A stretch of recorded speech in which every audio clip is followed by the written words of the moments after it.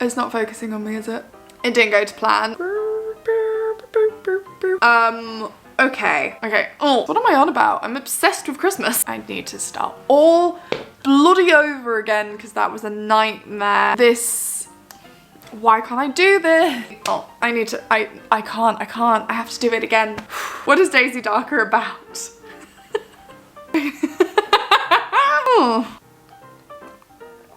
Do you think that it had a purpose? Is it a Christmas video? Is it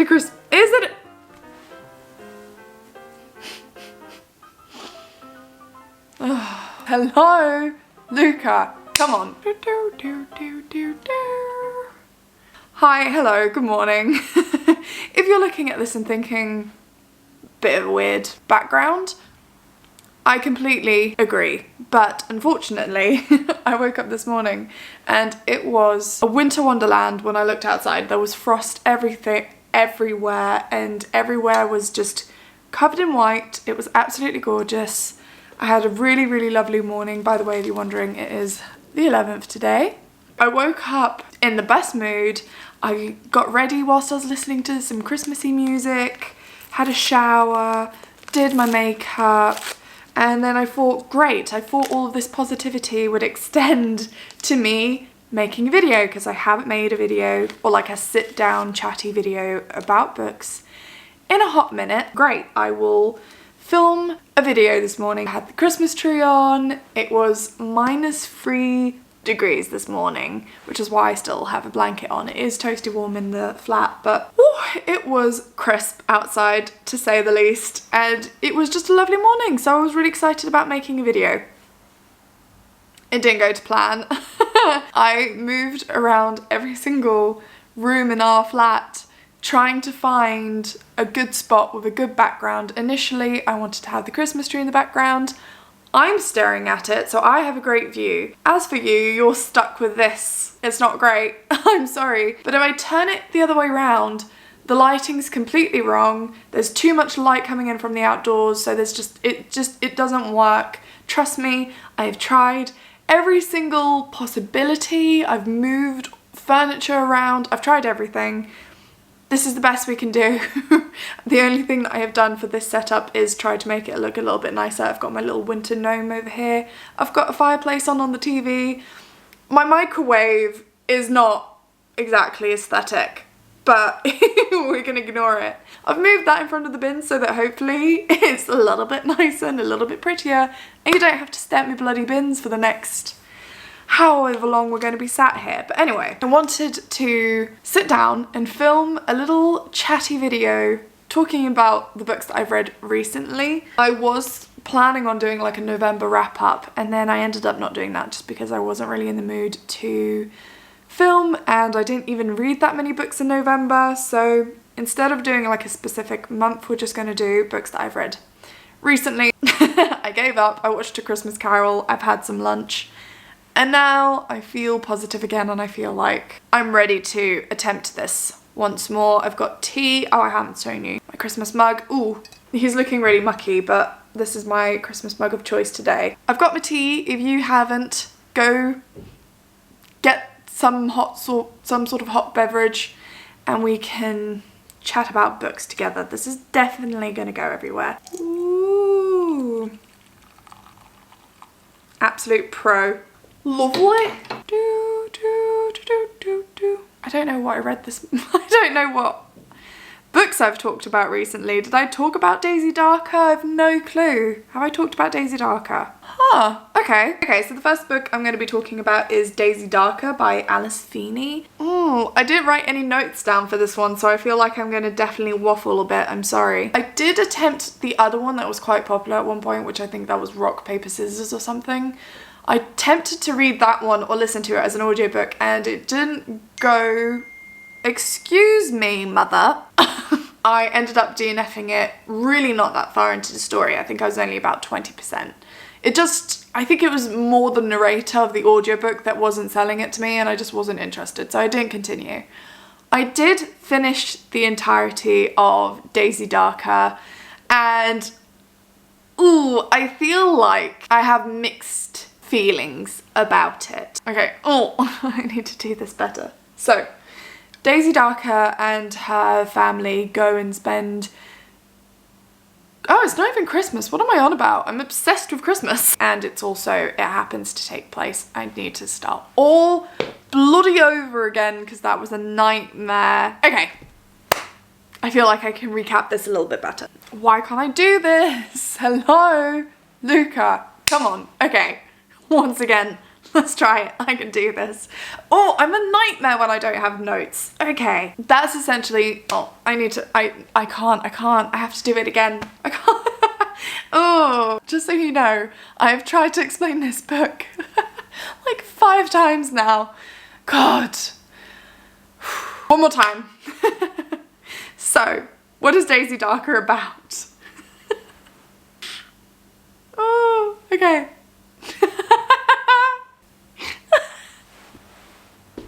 Oh, I'm losing it. Oh, I'm losing my bloody marbles. I can do this. I can do this. Okay. Oh, and breathe. 1, 2, 3, Luca. We can do this. We can do it. Okay. Daisy Darker. I can't do it. This book is about a family reunion on a tiny little tidal island where they all reunite essentially to celebrate Daisy's grandmother's 80th birthday. And it takes place in this gothic mansion, and essentially this reunion leads to a murder. That is the setup for this book. The very beginning I didn't love. Remember it being maybe a bit slow, or I wasn't particularly interested, and it was only once everyone was together in the house and that the pace sort of started to pick up that I started to really enjoy it. It is heavily inspired by And Then There Were None by Agatha Christie, and then they're cut off from the rest of the world once the tide rises. They're stuck on the island, and essentially, I don't think it's spoilery to say this, but family members are slowly picked off, is that the right word here? Topped off one by one. Essentially, they're killed off one by one. It's a whodunit murder mystery. I really liked the house. I thought the house was incredibly atmospheric. I liked the whodunit element. I loved that it sort of all takes place within 24 hours. I'm doing an absolutely horrific job at describing this book, but I enjoyed certain elements about it. I loved that there was this huge storm. I loved that it takes place in a gothic house. The ending, I think, will definitely divide readers. I had sort of guessed an explanation for what was going on. I had guessed it, but I didn't think that the author was going to go there, and then she ended up going there. So I was still slightly surprised because I'd ruled it out as a possibility. Not everyone will love the ending. I personally, I don't know. I'm on the fence. I am going to just stop talking about this book. I know that I've done an appalling job of describing it to you, but I don't know why my brain is just refusing to cooperate today. So we're gonna leave it there. Overall, the reading experience was really fun. I feel like the narrator did an incredible job. It was a really fun experience, and I was listening to it when we had a lot of rain at that point, so it was great, and it was super atmospheric and really entertaining. So my reading experience was great. The actual book, whether it was really a good book or not, I'm not sure. The other book that I read recently was Camilla by J. Sheridan Le Fanu. I don't know if that's how you pronounce his name, but that's how I am choosing to pronounce his name. Just randomly saw that I had the audiobook for it available to me. So I did, again, listen to this as an audiobook, and I loved it. If you don't know what Camilla is about, essentially, a lot of people, when recommending classics, say that if you're interested in reading Dracula but you're slightly intimidated by how long it is, or if you have already read Dracula and you want something similar but you don't want to go through the whole thing of reading Dracula again, then a lot of people recommend Camilla. Why? Because it is, again, a gothic tale about vampires, but with women, and it's a lot shorter. It is like I think the audiobook was 3 or 4 hours long. It was very, very short, but it had great writing. I was really surprised to find out that I think it's written in, when was Camilla written or published, whatever. Camilla was actually written in published in 1872, which was surprising because when you're listening to the audiobook, I feel like the writing is incredibly accessible. So if you're someone who is slightly intimidated by classics and you're worried that you're just not going to be comfortable with the language that's used, Camilla was so accessible, and especially if you listen to the audiobook, I highly recommend it. I will put the version that I listened to on the screen because I thought it was great, and it actually predates Dracula. We all think of Dracula as like the origin story for vampires, but no, my friend. Camilla predates it, and it is just as good. I thought it was really entertaining to listen to, and it was very eerie, it was very atmospheric. I listened to it on my way to work in the morning, and obviously at 6 it's really dark, so it just fit the vibe perfectly. If you fancy reading something like Dracula, but as I say, you're a little bit intimidated by it, definitely try Camilla instead, because it is so short, so accessible, and a lot more to the point. There's a lot less blah blah blah. To give you a brief rundown of what happens, and I say brief and I do not use the word lightly. Our main character Laura, who is actually telling her own story, she's putting it down in writing about these events that happened to her. She tells the readers about how her family welcomed into their Austrian home, I think it's a castle, they welcome this young girl called Camilla into their home. They take care of her, and a lot of really strange occurrences happen, and so she's just recounting them, and that is Camilla. I also listened to, because I listened to Camilla and it went so well, I thought, you know what, I could try a few other classics as audiobooks. I usually don't do it because I find that the recordings aren't as well done, they're a little bit outdated, there's a lot less storytelling put into it. I don't know how to explain it, but I usually don't listen to classics as audiobooks.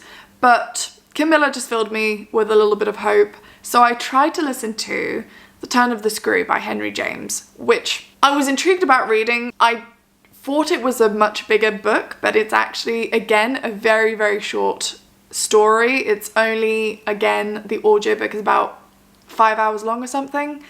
So I tried listening to that. I just don't really care about it. I didn't think it was necessarily bad. I just didn't find the story engaging. Sorry if it's a book that you enjoy. I wanted to enjoy it. I didn't. I really didn't really care. Didn't really care about it. Essentially, the story is about this, is she a nanny or is she a maid? I'm gonna say nanny, but that could be incorrect. Essentially, it's about our main character who is a nanny. She's just been employed to take care of these 2 young children. She starts seeing ghosts, and she thinks that the ghosts want to harm the children, or they want something to do with the children, and so she is convinced that the children are in danger and she's trying to protect them. The author very much plays on, is she not all there, or are there actually these cruel, malevolent spirits trying to harm these children? So is she like a superhero taking care of these kids, or is she off her rocker? I just didn't find it entertaining. I felt like he didn't succeed in creating an eerie atmosphere. It just felt a little bit stale and I couldn't get into it. So yeah, unfortunately, not the best book that I've read. How have I already been doing this for 21 minutes and I've only talked about 3 books and I've done a terrible job of doing it. Oh, good stuff. Before I get to a book that I was really excited about, I'm going to also mention The Witch Haven by Sasha Payton Smith. I tried to read this. I have the physical book, but I also had the audiobook for it, and I tried to sort of do a bit of both. I got to, let me tell you exactly how far I got. No, I didn't write it down. Great, thank you, Luca. I think I DNF'd about the halfway point, and yeah, I gave up.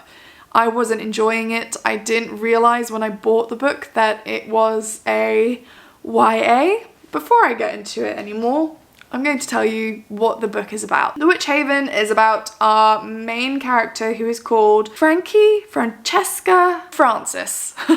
It's about our main character, Francis. It's the beginning of the 19th century. No, 20th century. She is a seamstress. She has recently lost her brother in sort of mysterious circumstances, and she is determined to find out what happened to him and to get to like seek justice, but nobody's really helping her or listening to her. She is all alone because obviously her brother has passed away recently, but also her mother is in a sanatorium. It is not a spoiler if I let you know that she accidentally kills someone at the very beginning of the book, and that is what kickstarts the plot. She's whisked away by these mysterious women, taken to what she finds out is a school for witches. That's all I will tell you about the plot. Again, I just wasn't invested. The writing wasn't for me. I didn't really care about anything that was going on, and it wasn't for me, unfortunately. I really wanted to give it a go. I tried to push through for quite a while, but in the end, I think that if I'm not enjoying it, I just need to put it down. Somebody else will most likely enjoy it, so I will gift the physical copy to someone else. Yeah. Also, I say that I wasn't aware that it was YA. It's not because something is YA that I'm not going to enjoy it. I have nothing against YA. It's just not a genre that I've had much luck with. Yeah, it just meant that my expectations were different going into it. Unfortunately, it didn't work out, and that's okay. The next book that I read was Gideon the Ninth by Tasman Muir. I, embarrassingly, have owned this book for so long. I've had it on my shelves for probably, I would say, at least a good 3 years, and I've never picked it up. I attempted reading it once, and I just wasn't in the mood for fantasy, so I thought, I mean, when I say attempted reading it once, I literally read like the first chapter, and then I thought, no, this isn't what I'm in the mood for, so I put it down, went and read something else, and I've never picked it up since. The minute I finished reading it, I needed to share thoughts, so I actually have a clip of me talking about this book already, so I'm going to just include that in the video, and yeah, excuse the mess that I am in that video. Just come home, spend my evening reading, and I look like a hot mess. It's nighttime, I'm about to go to bed, and excuse that. I immediately picked up my camera and had a little chat with you guys, so yeah, I'm going to include that in the video now. Hiya, hello, how you doing? It is the end of a long work day for me, and I'm just randomly filming this because I've just finished a book and I have to talk about it right now. I'm feeling emotional, and I feel like I need to talk about this book immediately. I just finished reading Gideon the Ninth by Tasman Muir, and I have thoughts that I need to share. I just feel like I need to talk about it. So I was reminded that I own this because I was watching Carrie's most recent video and she was talking about it, and it just reminded me that I own this book, and I have done for the past 3 years, and I haven't yet gone around to reading it. I attempted it once and it just wasn't the right time, so I put it back down. But she was saying that she really liked it, and something just convinced me. So I was like, I really need to get around to reading this damn book. So I went and picked it up. Okay, so essentially when I first started reading this book, I was a little worried. I think my brain just needs to go to the gym. It needs to go to the gym. I haven't read high fantasy or high sci-fi in quite a while, and I feel like my brain just lacks the mental capacity to do the gymnastics that are necessary to sort of approach and understand for this kind of book. Obviously, like when you're reading contemporary or romance or whatever, it's sort of set in a world that is similar to real life, and therefore it doesn't take that much brain power to visualize things. Whereas when you're approaching obviously high fantasy or high sci-fi, there's a whole new world to understand. There are new characters, new politics. Often there's like a whole magic system that you need to sort of unravel and understand. So there's just a lot more to do, and my brain, it just felt like it was kind of overheating. I just needed to dust myself off and get back into it, and I was struggling a little bit. Because of that, it took me a while to get into it. What absolutely saved me was the audiobook. So I decided to go through this book both with the physical version and also the audiobook. Highly, highly recommend. The audiobook was exceptional. The narrator did such a good job, and she brought all of like the characters to life. She gave them all distinct voices, and she gave the best performance, and it was so good. And I don't usually listen to these kind of books in an audiobook version, because I would usually like listen to a romance or like a thriller, because I feel like that works a bit better. But in this case, I don't think I could have actually finished this book without the audiobook. It just allowed me to better understand what was going on, to have a general grasp on what was happening. It really brought the characters to life, and it made me sort of understand better all of the tones and the subtleties of the book. It also just made me understand the humour. It was just the best way to go through it. I feel like without the audiobook, just so many things would have gone way over my head, and I would have missed out on a lot of things. I think I still missed out on a few things because I was confused a lot, but if you're an avid like sci-fi reader, or if you're used to reading fantasy and stuff, I'm sure that you will have no problem with this book. It's definitely a problem with me and not the writing, or yeah, it's definitely a personal problem, and it has nothing to do with the book. As I say, I just needed to sort of dust myself off. Because I was sort of just struggling with the world building and stuff, it meant that I found it difficult to visualize certain scenes or visualize certain spaces and visualize what was going on. And I think that because of that, it sort of distracted me from the story, and therefore it was a bit difficult for me to fully engage or to be fully invested and to really immerse myself in the story. So I feel like that's a shame, because if it hadn't had that, I think it would have been the perfect book, and I would have like given it 5 stars. After careful consideration, I'm still giving it 5 stars despite all of that, because it is definitely worth it. I thought it was so much fun. How can you not be intrigued when someone describes a book as it being about lesbian necromancers who are in space and are exploring a haunted building or house or whatever it is? See what I mean about me not fully grasping what was going on? I thought the premise was so cool.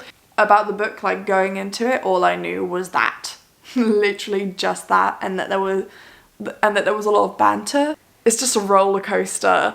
I didn't really know what to expect. I didn't really have any expectations for this book. Gideon is such a great character. She's the kind of character that would usually have been relegated to sort of like the sidekick or the secondary character, or the character that sort of just serves for comedic relief, but in this she's the hero, and you get her point of view, and she's so charming and witty and funny, and I loved her, and I loved the duo. I loved her dynamic and sort of relationship with Harrow, and that's definitely sort of what kept my attention and what made me want to read it. And I think it's, I mean, if I'm being honest, that's probably why I read the book, why I was capable of finishing it, was just because I liked their relationship and the banter and the fact that they hate each other and just the contrast. Harrow was probably my favourite character, but I wouldn't have loved her as much without Gideon. I've also never read a book that included necromancy, and I thought that it was so interesting. So yeah, I'm definitely going to keep this book on my shelves, and hopefully I will come back to it in the future, and because I'll have already read it, I'll sort of have a better understanding of it, so I feel like I'll be able to better appreciate it. For the continuation of the series, I'm not sure that I will read the other books, simply because one of the elements that I really loved about this book isn't included in the others. I'm trying to not give any spoilers away.